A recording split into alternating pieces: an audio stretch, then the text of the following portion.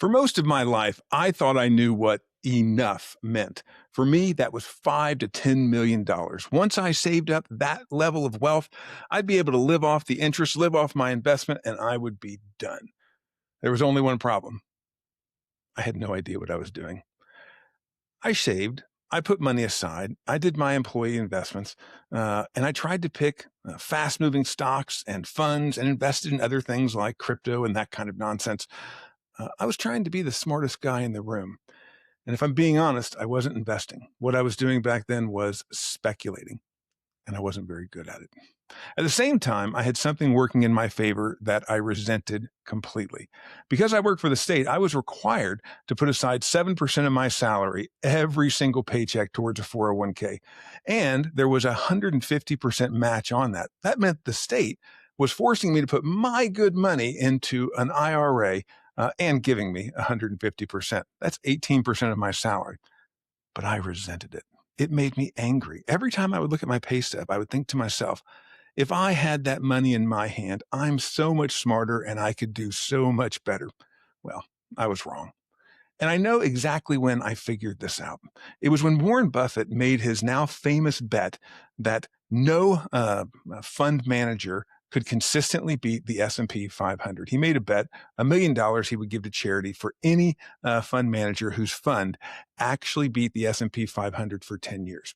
And lo and behold, they all failed. And that gave me pause to look at myself. It gave me pause to ask the question, how have I done?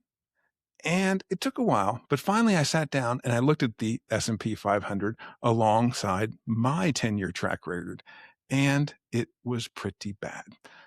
In fact, it was terrible. It didn't even compare. And that was a bit of a come to reality moment. And that's when something else hit me. Even with the savings I was doing, even with putting money aside, even with all of that, I was never going to hit that $5 to 10 million number. It just wasn't going to happen no matter what I did. It wasn't the path I was on.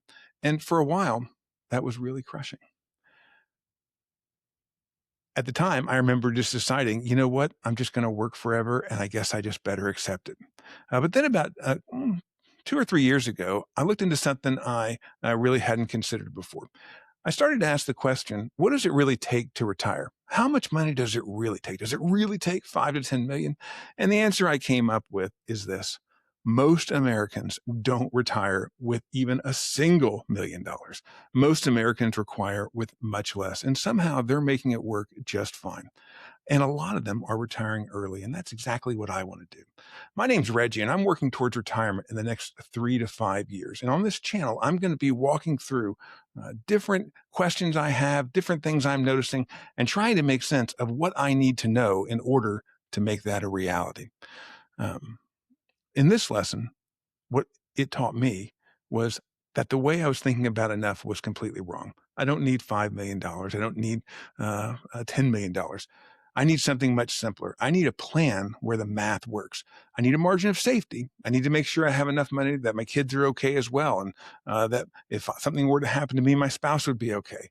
So for me, in financial terms, enough is probably somewhere around 800,000 to 2 million.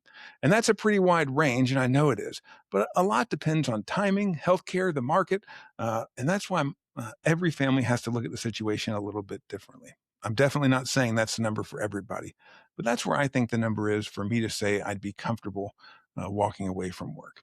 So for me, enough isn't really that number so much. It's really just being sure that my math works, that my plan works, and I've got something to do and something to be passionate about once I do put in my notice to leave my job.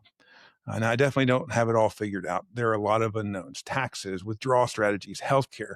Those are some big questions. And that's one of the biggest shifts that I've undergone so far.